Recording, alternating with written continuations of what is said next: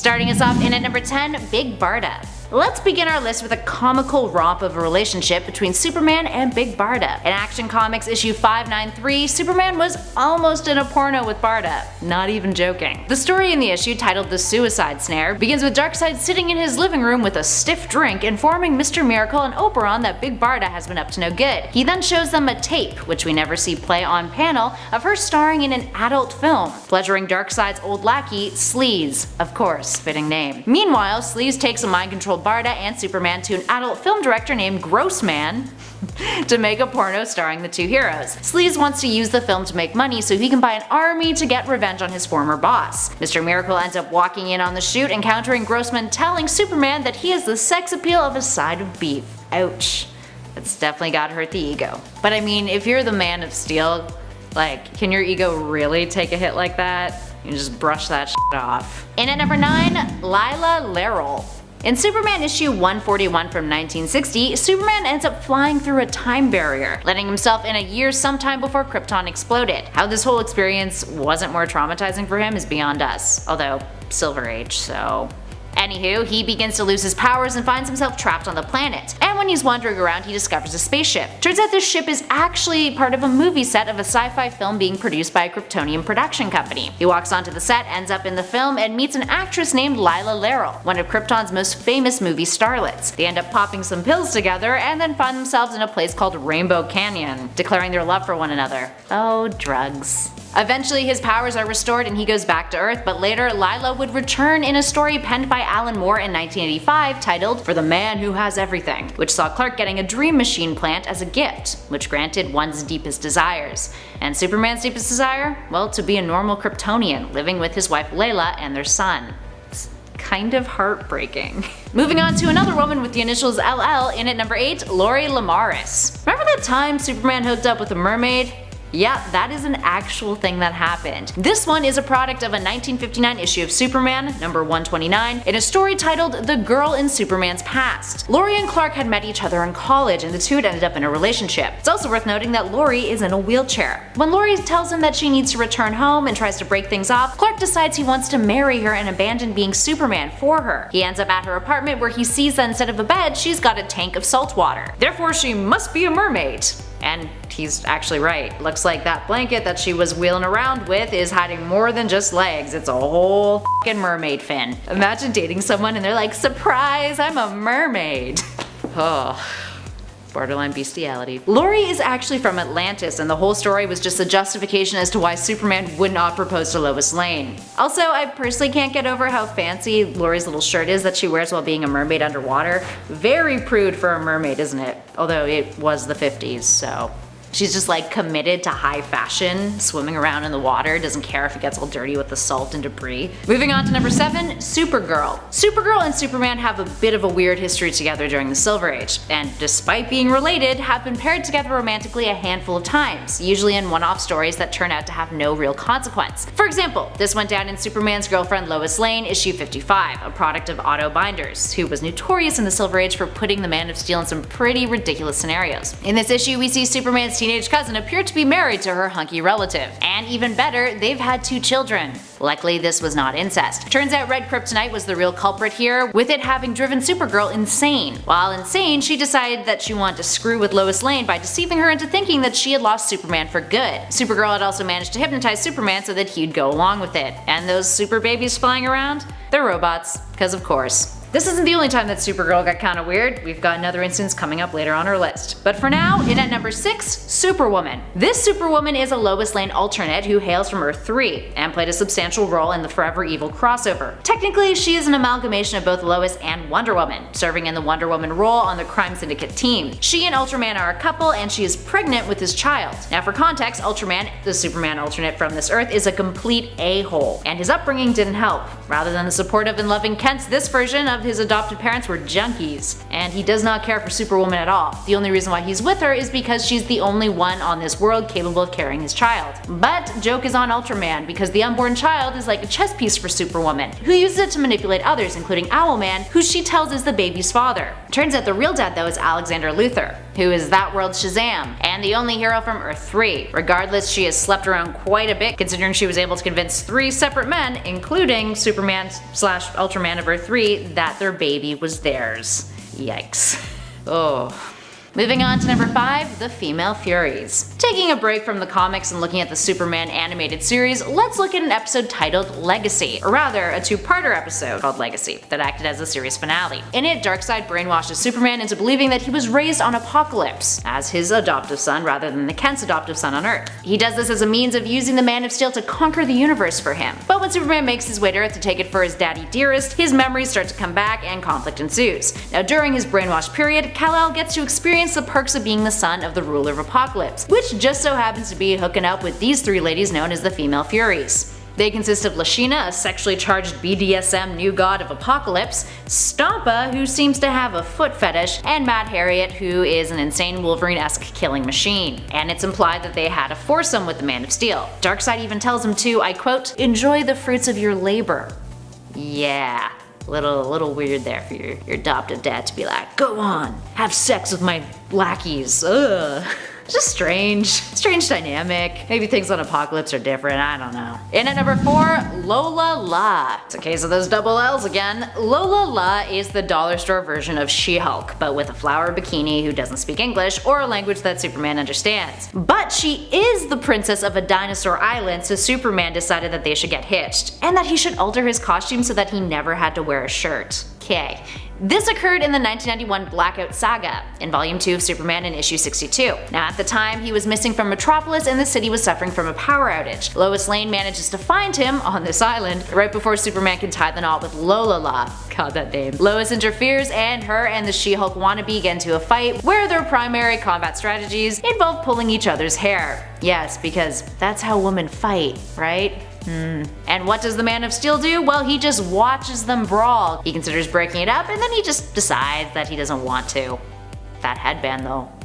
Moving on to number 3, Maxima. Maxima is technically a supervillain, but considering Superman has a thing for mortal Earth ladies, and we have 10 spots on our list, we're gonna just let that whole evil thing slide for this number. Besides, she ends up becoming good later anyway, joining up with the Justice League. Maxima was introduced in 1989's Action Comics issue 645. Hailing from the alien planet of Almerac, she came to Earth in search of a suitable mate, and set her sights on Superman, who was genetically compatible with her. She could give him children, something that, at the time, no Earth woman was capable of doing. That's actually like a common theme in mates for Superman that are not Lois Lane or Wonder Woman. Although technically Wonder Woman could totally birth his children. Despite this, Superman rejected her offer. The two would hook up though in The Adventures of Superman Annual 3 Volume 1 in 1991 in an Elseworlds story in which Lois Lane dies from carrying Superman's child, who literally kicks her to death from the womb out. Maxima becomes the perfect rebound for him and the two fall in love. In the main continuity though, Maxima these days isn't really interested in the Man of Steel, opting out for a Woman of Steel instead. More recently in the New 52, she was revealed to be gay, bonding with Supergirl after they met in Supergirl issue 36. She even develops feelings for her, and reveals that she was forced to leave her homeworld because her culture demanded that she find a heterosexual partner to mate with, which is a pretty good way to revise a hero whose whole shtick has literally been about trying to procreate with Superman. Very two-dimensional. But now she's a character who is more three-dimensional and gay. And number 2, Luma Line. Luma Line was introduced in 1962's Action Comics issue 289 in a story titled Superman's Super Courtship, and it was under weird circumstances. This is the whole Supergirl thing that we mentioned earlier. Supergirl decides one day that she feels bad about Superman being lonely, so some fun time travel hijinks ensue, with her trying to hook him up with famous women throughout history. When that fails, she manages to find a superwoman from another planet named Luma Line, because apparently Superman prefers women with names that alliterate with the letter L exclusively. Maybe that's why Maxima just didn't fit the bill for him. Luma and Kal-El are totally smitten with each other, and he even talks about them getting married when she's like, "I'll leave my home world for yours." But they realize that she loses her powers if she doesn't have the rays of her own sun reaching her, so they shed a tear and part ways. But what makes this story particularly fascinating, or cringeworthy, or steeped in Silver Age glory really, is the reason why Supergirl had selected Luma for Superman in the first place. It's because she is a Superwoman duplicate of Supergirl, basically an older version of herself, or of Superman's teenage cousin from a different universe. Supergirl gets all mopey over the fact that she failed to find him a marriage, and then Superman gets real creepy about it, grabbing her by the chin, telling her that if he ever did marry, it would be to, I quote, "someone super and lovable like you. We can't marry because we're cousins. Though cousins can marry in certain countries here on Earth, we're both from planet Krypton where the marriage of cousins was unlawful." What the f, Superman? And finally, in at number one pairing with Superman that isn't weird as f, Wonder Woman! Ah yes, the most obvious superhero pairing for the penultimate superhero, Wonder Woman and Superman. These two have had an on and on again relationship for a long time running, existing in both the main continuity and alternate timelines in the DC universe. The alternate timeline romances between the two are plenty. In Batman The Dark Knight Strikes Again, Frank Miller's sequel to The Dark Knight Returns, which paled in comparison to the original, in my opinion, features Clark and Diana in the future being an item and having a superpowered daughter named after his mom. In Kingdom Come, after Lois Lane was killed off by the Joker, Superman and Wonder Woman start a family together, with Bruce Wayne hanging out as an adorable old uncle at fam jams. There's even Superman Distant Fires, where we see Clark and Diana send their own son away from a post-apocalyptic Earth to another planet to save him from Earth's inevitable demise. But let's talk about the canon romance the two shared during the New 52 in 2012, when they were officially a couple. It was a big deal. They even got a steamy Justice League cover too. Needless to say, it did not last though. Teardrops. Number 10. Hawkeye. Well, some may ship these two, and they have had some flirty moments in the Matt Fraction and David Aja Hawkeye series. They have never really been a thing. Still, that doesn't prevent others from dreaming, and you cannot deny that these two characters definitely have chemistry. Of course, their chemistry likely comes from the fact they are just such great friends. In fact, Clint considers Kate to be his best friend. Sorry, Natasha. At one point, Hawkeye and Hawkeye seemingly share a kiss in the 2016 Hawkeye series in issue number 14. At least, that's what the cover teased. In reality, this kiss wasn't between Clint and Kate at all, but rather Clint and Madame Mask, who was in a Kate Bishop clone body at the time. Oh, comics. Despite even the flirty moments that the two shared in the 2012 Hawkeye series, in the letters column it was more implied that there was no intention for there to be anything romantic between these two, and that Kate was not pining for Clint or anything like that, but simply saw him as her mentor, her friend, and someone who she therefore cared very deeply for. Which meant that yes, he could say mean things to her that would hurt and affect her. There's a whole point where he's basically like, look, I don't want to sleep with you, and people were like, oh my goodness, was Kate like hurt by that? Because does she want to sleep with Clint? I don't know how I feel about that. And they were like, I don't think so. Stephen Wacker, who was the assistant editor I believe on that book at the time, was like, yeah, that's not what I saw. I saw more of just her being like, ouch, like that's kind of mean to say. That hurts.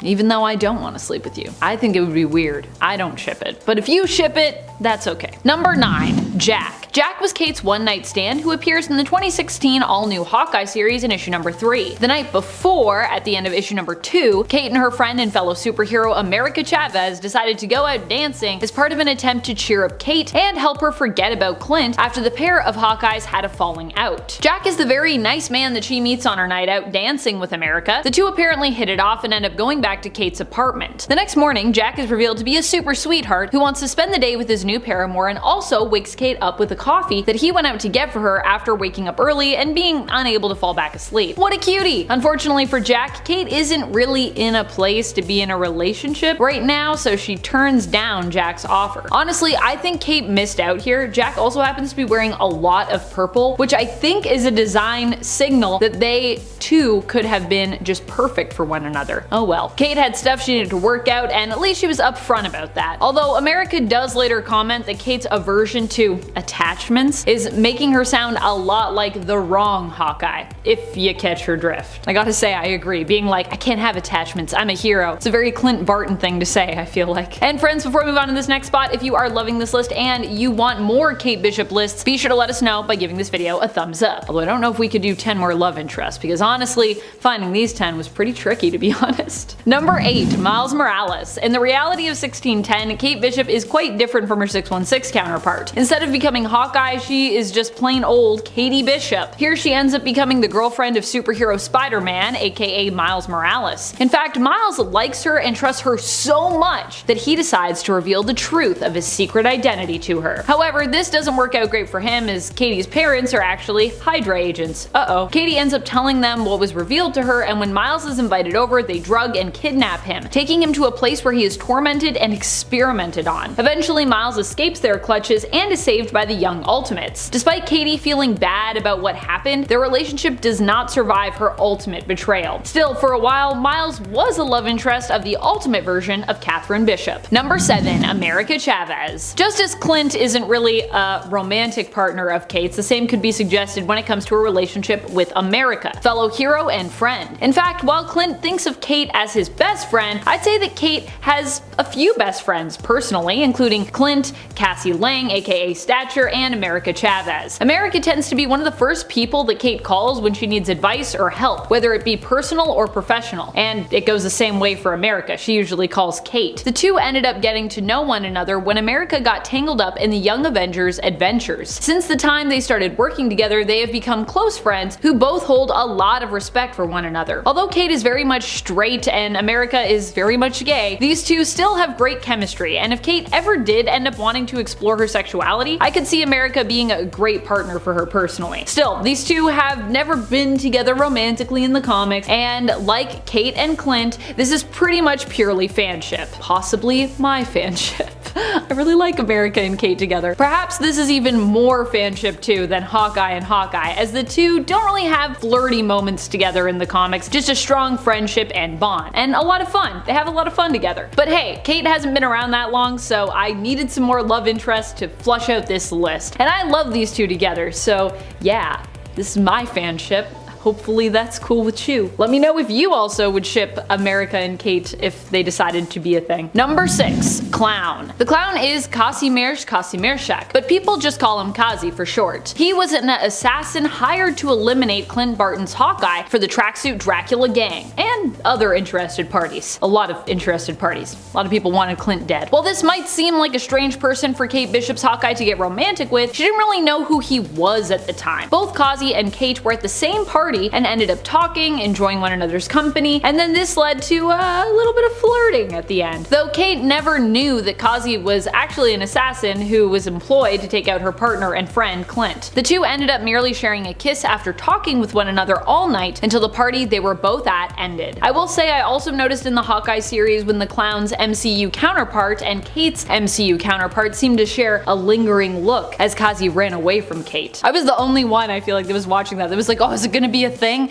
Is there gonna be a thing? There was no romance, but they did have a look. They did have a look. Number 5. Executioner. Not the Executioner that you know from Thor, Scourge, to be clear, but rather Daniel Dubois. Daniel is the son of the villain Princess Python. Kate attempted to mentor Daniel, and the two, who go to school together, attended a charity event as one another's date. However, when the Young Avengers seemingly show up on the scene with a supposed Hawkeye complimenting Kate's dress, Daniel began to wonder if Kate Bishop really was Hawkeye as he suspected. In truth, this other version of Hawkeye was not who they appeared to be, and Kate was the real Kate Bishop Hawkeye, obviously. Executioner is a member of the Young Masters of Evil and is later seen among the ranks of the Masters of Evil, just like Kate growing up, just like the Young Avengers, and they all got Avengers membership as well. I'm assuming they all have little Avengers membership cards. I think if you're on the Avengers, you get a membership card. Number 4. Fuse. Fuse is Johnny Watts, who ended up becoming one of Kate's partners and friends when she started Hawk investigations. As they worked together and spent more time together, he began to develop feelings for Kate. Things got kinda weird when Madame Mask and a clone body of Kate ended up taking things to a more physical and intimate level with Johnny. However, later on, Kate did admit that she had feelings for Johnny, and likewise, he for her. Eventually, Johnny also revealed that he had superpowers when he was forced to use them to save Kate's life. He would take up the name of Fuse and end up joining Kate when she decided to go help out the West Coast Avengers. However, in her latest series, Hawkeye, Kate Kate Bishop, it was revealed that the two decided to break off their romance when Kate decided to head back to New York. Number 3. Speed. Tommy Shepard might currently be with Prodigy in the comics, but he is one of my sweet bi babes, and he's also had a thing with Kate in the past as well. In fact, during their time together on the Young Avengers, the attraction between the two even created some tension, as Kate found herself stuck between Speed and Patriot in a sort of love triangle.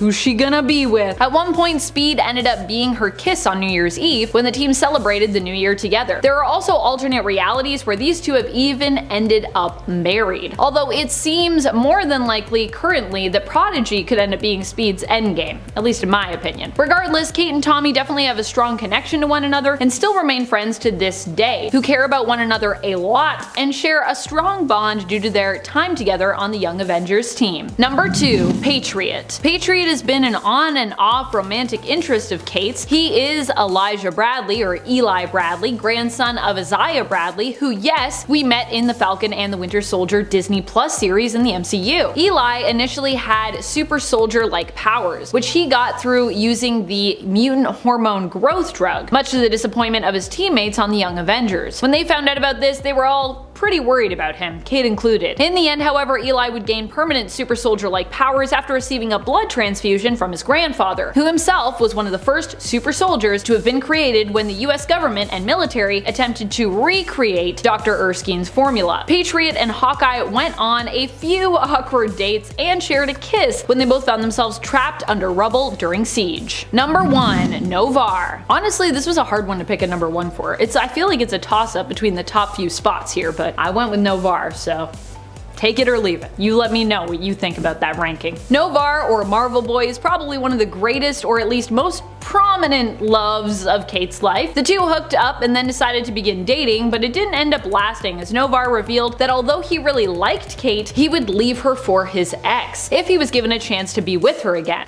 Not a great look. He even tried to do so, but then it turned out that that version of his ex, Oubliette, was merely an illusion and not the real one. Kate, of course, did not like learning this and decided to permanently break things off, even when Novar tried to get back together with her. She needed someone who was serious about her and their relationship, someone who would be committed to her and for whom she wouldn't just be a placeholder. I get it, girl. Still, this hasn't stopped the two from ending up together in alternate realities, and despite how their relationship ended, Kate and Novar have still managed to stay friends. Coming in at number 10, we've got Catwoman, a pairing that's mostly the stuff of fandom for now, but that's gotten enough official hints and references over the years to earn an honorable mention on this list.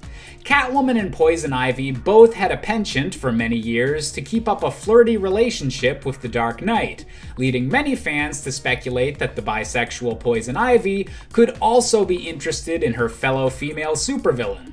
With some flirty back and forths through their history in the comics, alongside a very pointed mind control kiss during the animated film Batman Hush, it's clear that Catwoman and Poison Ivy might just have more in common than a rivalry with the Caped Crusader. Coming in at number 9, we have Darshan Bapna, a more recent character from Poison Ivy's very first limited series in 2016. Forced into becoming a scientist due to large expectations from his family, botany was the area of science that bored Darshan the least, even if his true passion was to be a musician. Darshan first became close with Pamela when the two briefly worked together at the Gotham City Botanical Gardens, with her first becoming interested in him following the revelation that he practices complete nonviolence and won't even eat plants, since he considers them to have a soul.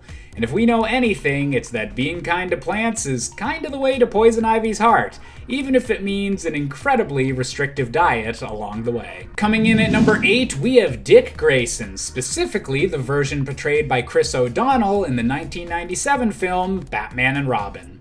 A highly controversial movie from the 90s, this film saw Poison Ivy, portrayed by Uma Thurman, as arguably the most villainous character in a movie with 3 different villains.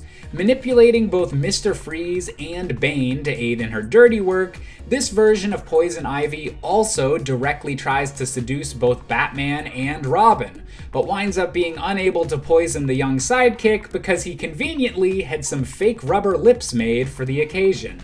Not quite as ridiculous as a Bat credit card, but hey, at least this ill-advised romance was ended before it could really get going. Coming in at number 7, we have Dr. Mark Legrand. In the very first Bronze Age version of the Poison Ivy character, her origin story was heavily tied to an abusive doctor named Marc Legrand. As a promising young botanist, Pamela was seduced into helping Legrand steal an Egyptian artifact filled with magical herbs. Afraid that Pamela will betray him to the authorities, Legrand later tried to poison his assistant with these very same herbs, unaware that they would instead gift her with a complete immunity to poison and the beginning of her talent for controlling plants. And although Poison Ivy's origin story would be updated and retconned many times over the years, we'll still always remember the original bad guy who learned the hard way not to mess with Poison Ivy. Coming in at number 6, we have the Man of Steel himself, Superman. When your superpower involves mind-controlling people sealed with a kiss, it's understandably going to cause some drama, and that's exactly what happened in the infamous Hush storyline. Needing a heavyweight to protect herself against Batman and Catwoman, Poison Ivy ensnares the most powerful superhero on the planet under her control, and nearly has him kill the Dark Knight. The only reason that Batman is able to survive this battle is due to Superman holding back his strength as much as he can, even if he no longer directly controls his limbs thanks to Poison Ivy's kiss. Eventually, Superman breaks free when he's needed to save Lois Lane, showing that even mind-controlling kisses can't conquer true love. Coming in at number 5, we've got to go with Harvey Dent. One of the best things to ever happen to Poison Ivy as a character was her rise in popularity due to Batman the Animated Series, and her very first episode in that show is a great example as to why. Introduced as the beautiful new girlfriend of District Attorney Harvey Dent before his tragic turn into Two-Face, Harvey Dent soon finds himself in a coma after a particularly deep kiss from Pamela. Pursued by Batman, Pamela reveals herself as Poison Ivy, the latest supervillain in Gotham who seduced and manipulated Harvey Dent in order for revenge at all the flowers he tore up when building a new Gotham City prison. In an ironic twist, this very same prison is where Poison Ivy would end up after her scheme failed and her true colors were revealed. Coming in at number 4, we've got the tragic romance of Poison Ivy and Clayface. While many of the entries on this list so far have featured Ivy manipulating people, the most heartbreaking betrayal of this nature might be the time she made Clayface fall in love with her. While the shape-shifting villain was stuck inside Arkham Asylum, Pamela made him believe they were genuinely in love and married, and Clayface spent much of his time dreaming of seeing his wife again. Unfortunately, Batman would eventually need to let him know the truth, that Poison Ivy was controlling him not just with seduction, but with seeds implanted within his clay body, breaking Clayface's heart with the ultimate betrayal that he wasn't really in love after all. Coming in at number 3, we have the Dark Knight himself, Batman.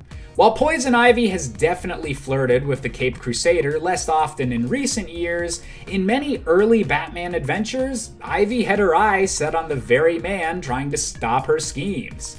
And while there are a few storylines where this attraction was more than one-sided, for the most part, this relationship mostly consisted of Poison Ivy kissing Batman to mind control him and aid in her plant-based plans. Luckily, by this point, Batman usually has several antidotes for each of his villains' various chemicals of choice, but it's still notable just how many times in the past Batman's had his brain wiped by a vine-controlling redhead. Coming in at number 2, we have the Floronic Man. A supervillain connected to the Green, a primordial energy source connected to all plant life on the planet, the Floronic Man fulfills the same role as Marc Legrand did in some version of Pamela's origin story, experimenting on her as his assistant and turning her into a plant-human hybrid similar to himself. In a notable storyline, he almost managed to use some of Poison Ivy's DNA to create the ultimate plant life form between the two of them, but resulted in Pamela changing her mind and allying herself with Batman in order to defeat the plant-based monster with electricity, destroying the villain once and for all, or at least until he was reused as a villain for a new Swamp Thing series. And finally, coming in at our top spot, who else could it be but Harley Quinn? Created for the very same animated series that made Poison Ivy one of Batman's most well-known villains, Harley Quinn has had one of the best character arcs in all of comics, growing from a one-note henchman of the Joker to becoming her own fully fleshed-out character with one of the most popular romances that comic books have ever seen. Harley and Pamela are perfect for one another, as Poison Ivy teaches Harley Quinn how to be her own woman, free from the Joker's abuse, and Harley allows Pamela to connect more with her human side instead of just obsessing over plants. These two better each other in every way, and that's why Harley Quinn's gotta take the top spot on this list. Number 10, Morlun. Okay, so really this isn't Jessica Drew's Spider-Woman specifically, but it definitely looked like her. On Loomworld, Jessica Drew's doppelganger was actually a lover of the inheritor and villain Morlun.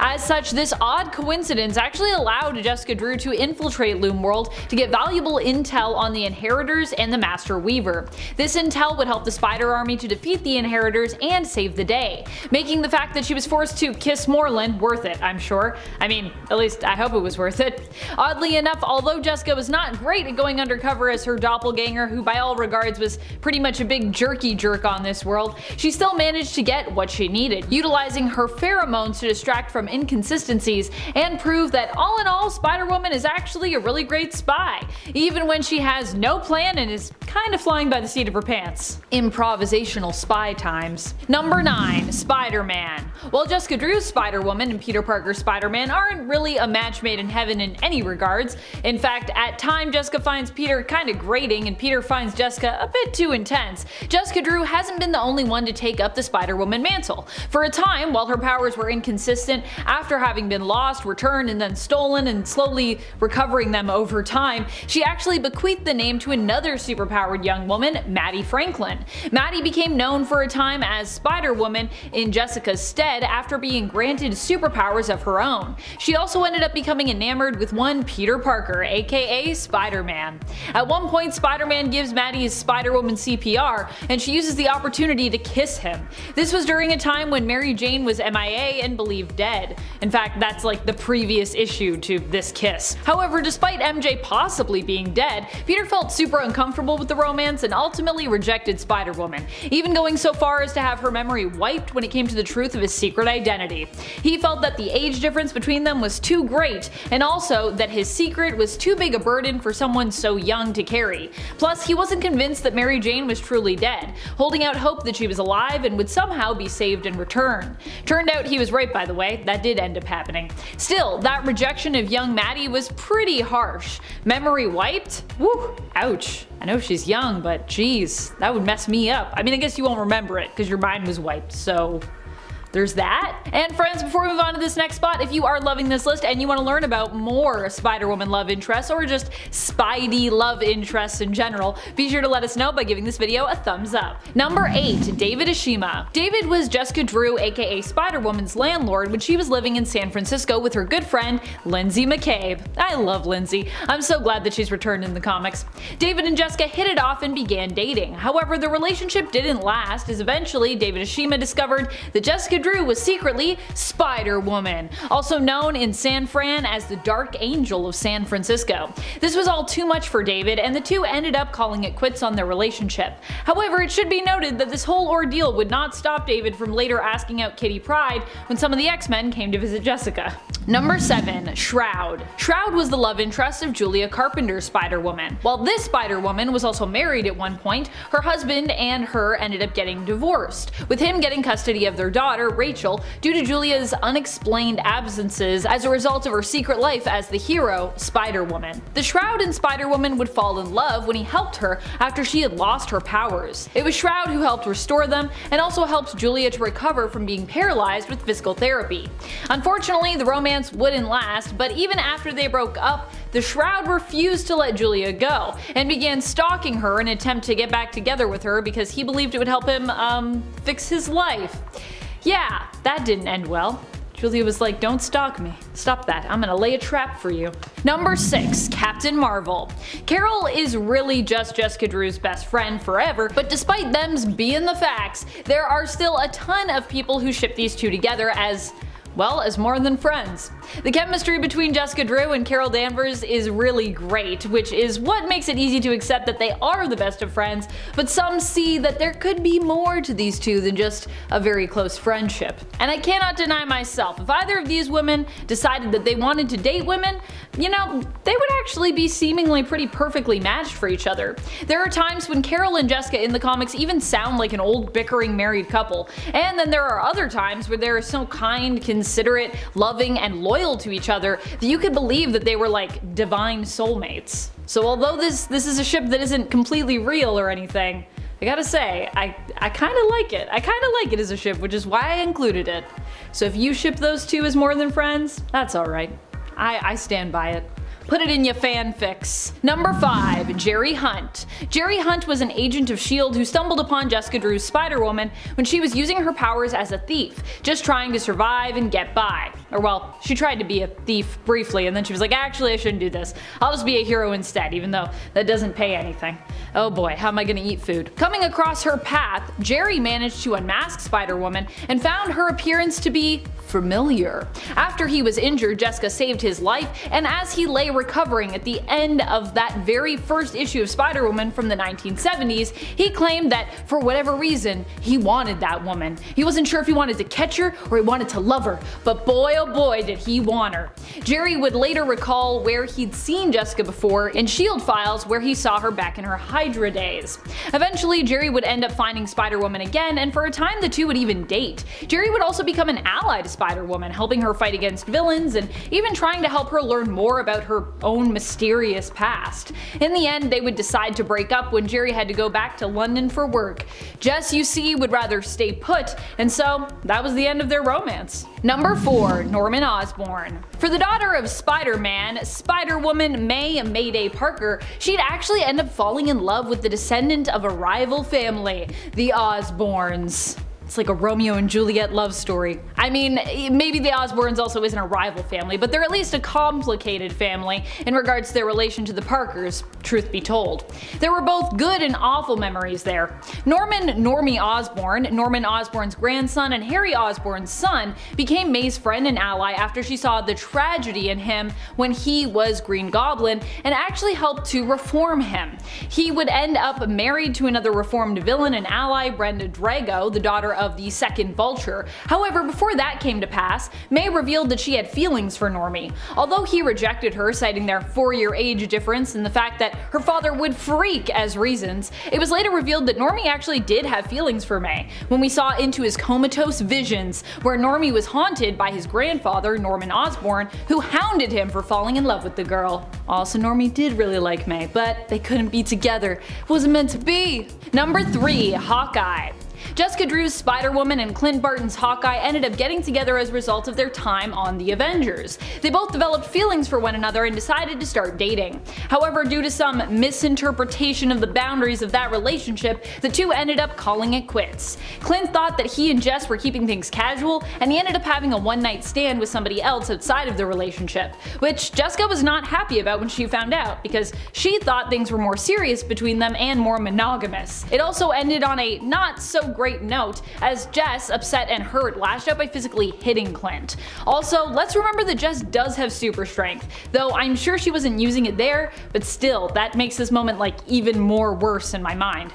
Both Clint and Jess made mistakes when it came to the whole situation between them, but fortunately, they were eventually able to move on and become friends again, though awkward moments still arise between the two as a result of this relationship. Number 2. Spider-Man. Obviously, we are once again switching up Spider-Womans for a moment. Although Gwen Stacy of Verse 65 is now known as Ghost Spider, there was a time when she too went by Spider-Woman.